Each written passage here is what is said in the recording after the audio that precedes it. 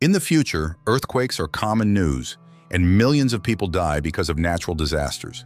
Turkey, China, and Côte d'Ivoire are just a few of the many countries that suffer from recent earthquakes. The worst part is that there are no warnings or known fault activities to predict these disasters. One day, a professor named Josh is sleeping next to his wife Pam, who is also a professor and his boss. Josh awakens to a strange explosive sound and checks his compass. His compass doesn't point anywhere and spins wildly. He gets out of bed, looks at the sky, and sees the northern lights. He realizes something is wrong, and he and Pam rush to their office. Next, Josh is in his office, examining a model of the Earth. His superior approaches him and asks him to look after his child for a while. Josh reluctantly accepts the task and starts explaining to the child about the Earth.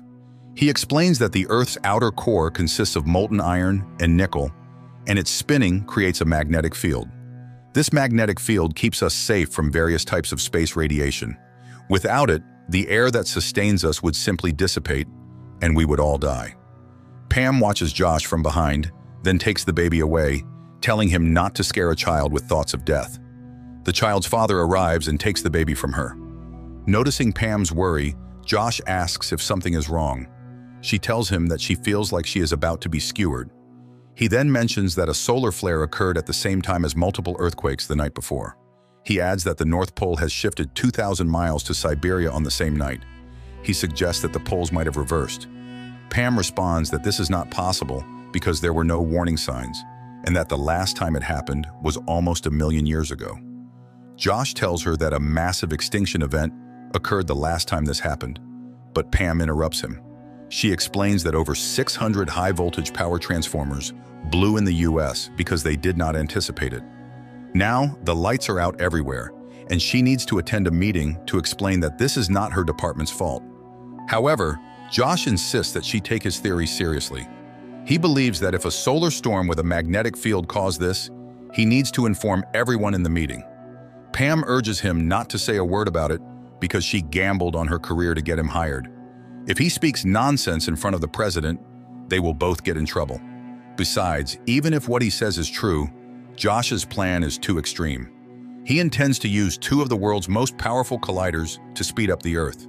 If he keeps insisting, they might need to find another physicist to take his place.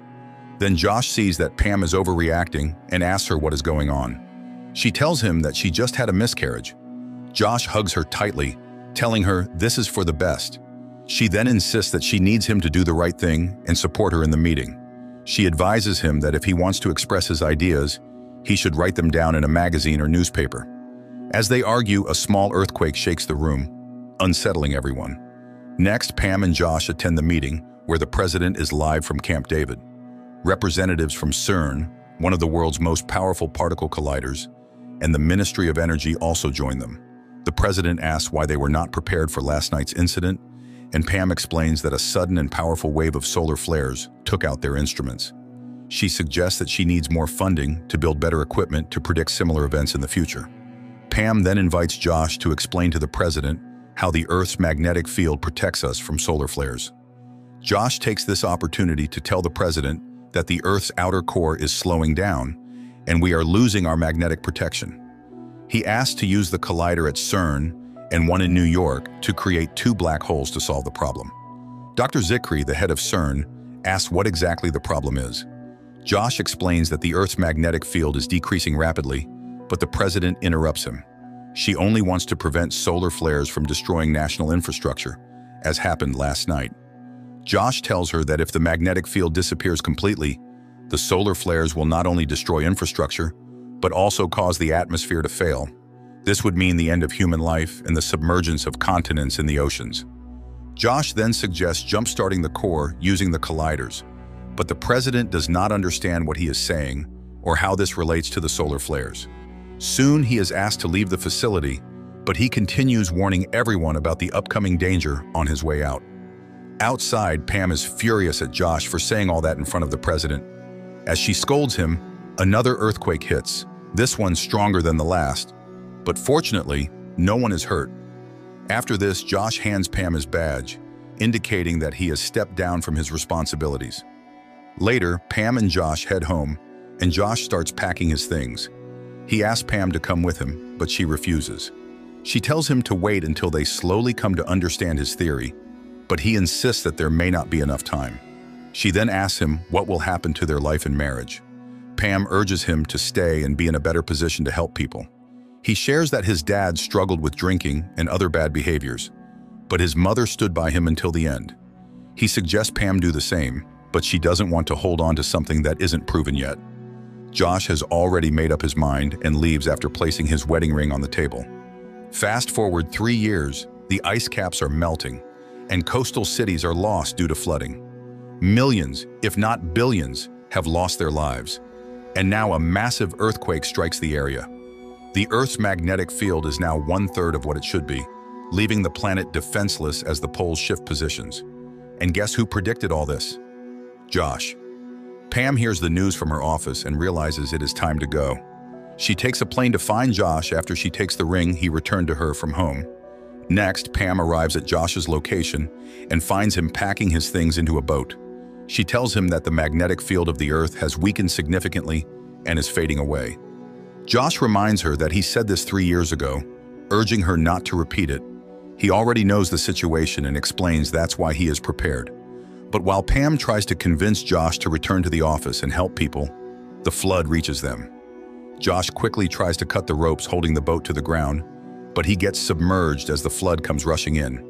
He struggles to cut the rope and finally breaks free from the water. Pam hugs Josh, relieved that he is safe.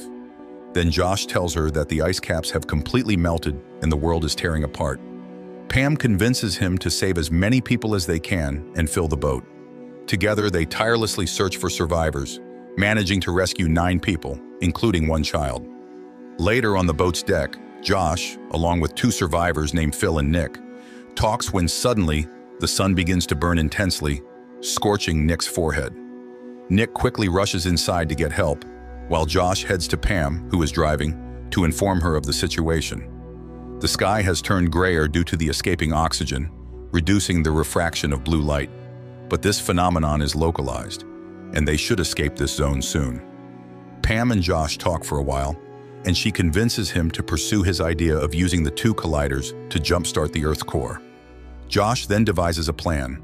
He will take Pam to New York, and from there, he will head to CERN in France. Pam goes down to tell the survivors, who reluctantly agree to the plan. Later, she tells Josh to be proud of his achievements, saying he has saved many people because he stuck to what he believed in. Josh apologizes for leaving her 3 years ago. The next day, they arrive in New York, but the way to the particle collider facility is blocked by debris. Josh urges everyone to pick up sticks and carefully push the debris away from the boats. Everyone positions themselves on the sides and top of the boat, preparing to push. Despite their best efforts, the boat hits submerged debris, but the damage is minimal for now. The boat eventually reaches the facility, and Pam heads inside. Next, Pam informs 2 soldiers in charge of keeping the water away from the facility by building barriers that they will not be enough on their own, and that they need to bring in everyone they can to help. Josh asks a few of the survivors to volunteer for this task, and Rob, Tom, Marjorie, and her son Ron step up, along with Earl. One of the survivors, Greg, refuses to go because he doesn't believe they will make it. Josh tells Earl to protect Pam no matter what, and then he leaves with the remaining survivors for France. Meanwhile, the team in New York gets busy finishing the wall quickly. Pam explains their plan to the experts at the facility and tells them to run simulation tests. They will create a black hole from their location, while Josh will create one from France. They plan to stop both holes simultaneously to jumpstart the outer core of the Earth. Then Pam notices Ron building 3D models of atoms and molecules, and she praises him for his work. However, his mother, Marjorie, is disappointed because Ron was holding on to her tightly when their city flooded, and she lost her husband when she got out of the water. Pam tries to comfort Marjorie, explaining that this isn't Ron's fault, but Marjorie walks away, unwilling to listen. On the boat, Phil asks Josh how he manages to navigate without a GPS. Josh shows him his navigation system, which uses gyroscopes and accelerometers to pinpoint their exact location in the world. Phil is amazed by the technology, but struggles to understand it fully. In New York, they finish building the wall and celebrate. However, a nearby power transformer falls into the water. Marjorie, who is standing on a wet surface, and Tom, who is touching a metal ladder, get electrocuted by the current. Rob manages to save Tom from drowning. Earl calls the soldiers to cut the power immediately. Tragically, Marjorie's body gets fried from the inside out, and she dies. Everyone is shocked, and Pam urges them not to tell Ron just yet. Next, Pam decides to go to a nearby coal and gas burning station to power the collider directly, because with no power, the collider won't run. However, Earl insists that he has an electrician background and should handle it. He also reminds Pam that he promised Josh he would keep her safe no matter what.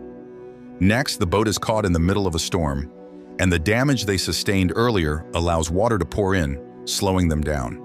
With only a small amount of fuel left to reach France, Josh wonders why the boat is losing speed. He checks below deck and discovers they are taking on too much water. Josh instructs his crew to pump the water out while he fixes the leak. Meanwhile, Pam tells Ron that his mother has died. Ron takes the news very badly, as his last relative has just passed away. Next, tensions rise as Josh's plan is not working as he imagined, so he comes up with a new one. He tells everyone to reduce the boat's weight by throwing out anything non-essential. But when he suggests throwing away some of the food because they are only a day away from France, Greg loses it. He grabs a gun and warns everyone not to touch the food. Josh tries to take the gun from him, but Greg shoots him in the arm. In pain, Josh realizes Greg is not bluffing and steps back. Josh then tells everyone that Greg is now in charge, and they must do everything he says. Greg states they can throw away anything they want, except for the food. Molly, another survivor, helps Josh with his wounds. While searching through the supplies, Josh finds Pam's purse, which was about to be thrown away, and discovers the ring he gave her 3 years ago. Greg then apologizes to Josh, but Josh holds no hard feelings. He just wants to save the world now. Next, Earl returns with hard wiring to power up the collider. Pam checks on Ron, who tells her he feels useless because no one really wants him. She reassures him that she wants him and hopes he will live with her. Ron smiles at this and agrees. Next, the boat lands in France, and Greg finds them a van and a map. Wasting no time, they drive to CERN, where the second particle collider is located. Half of France is already submerged, along with most of the world. Josh urges everyone to hurry to CERN and put an end to this disaster. Upon reaching CERN, they cannot communicate with the guards because no one speaks French. Josh quickly exits the van and approaches the facility, telling the guards he is a professor who wants to see Dr. Zikri. The guard doesn't understand him and asks him to leave, but Josh persists. The guard pins him against the wall, but suddenly Dr. Zikri appears and tells the guard to let go of Josh. Dr. Zikri informs Josh that he has received the instructions from Pam, which Josh gave her, and he believes their plan might work. But he tells Josh that the simulation shows there is a flaw in the calculations, and they can't really figure out what it is. Josh immediately realizes what they are doing wrong, and Dr. Zikri also realizes it, wondering why he didn't think of it first. He apologizes to Josh for not listening to him 3 years ago before all the destruction and death began. Josh then video calls Pam, and she is happy to see that he has made it. She introduces him to Ron as their new family member, and then they get to work. Josh expresses his love for Pam, but Dr. Zikri reminds them they will have plenty of time for that after they save the Earth. Dr. Zikri shows Josh that the magnetic field of the Earth is almost at zero, and another solar flare would be fatal for them. Josh rushes to initiate the protocols and start the particle colliders. Inside the chamber, millions of particles will collide at the speed of light, creating a stable black hole that will then be directed to the outer core of the Earth. This will jumpstart it to rotate once again, restoring the magnetic field. But immediately, they must shut down the collider simultaneously to avoid the black hole from growing and reaching the core. Next, they fire up the particles, and they successfully create the black hole they wanted. The Earth's outer core starts rotating, and the magnetic fields begin to strengthen. Once they reach the required level, Josh tells both colliders to close simultaneously. Josh's collider shuts down properly, but Pam's malfunctions and won't shut off. Now, instability arises, and the black hole is heading toward the core of the Earth. Pam orders everyone to evacuate, while Josh instructs Dr. Zikri to re-engage their collider to counter Pam's actions. But it is too late. With the planet at risk of destruction, Pam decides to cut the electrical wire of the collider and goes outside. With only a little time left, She bravely picks up her axe and cuts the wire, but there is too much electricity in it, sending her flying to the ground. Pam becomes unconscious. Fortunately, she has stopped the black hole from reaching the core, and the people at CERN celebrate. Dr. Zachary stands on a chair and congratulates everyone who helped save the world. Josh feels sad and heads out because he knows what will happen to Pam and fears she may not survive. Just then, communications are restored, and Josh receives a phone call from Pam. However, it is Ron calling from her phone. Ron is crying and tells Josh that Pam will not make it, but then Pam starts to move and suddenly gains consciousness. Ron quickly hands the phone to Pam, and she talks to Josh. He apologizes for leaving her and asks if he can come and live with her again. She says yes and holds Ron's hand, indicating he is part of their family too. Even though the world has suffered a near-extinction event, thanks to Josh and Pam, they have saved humanity. Of course, if they had listened to Josh earlier, they might have saved all the lost lives and property, but we humans don't live in the past. Rather, we learn from it and move on to the future. The end. Thank you for watching. Be sure to like our channel and subscribe if you enjoy content like this. Also, let us know what movie you would love us to recap for you.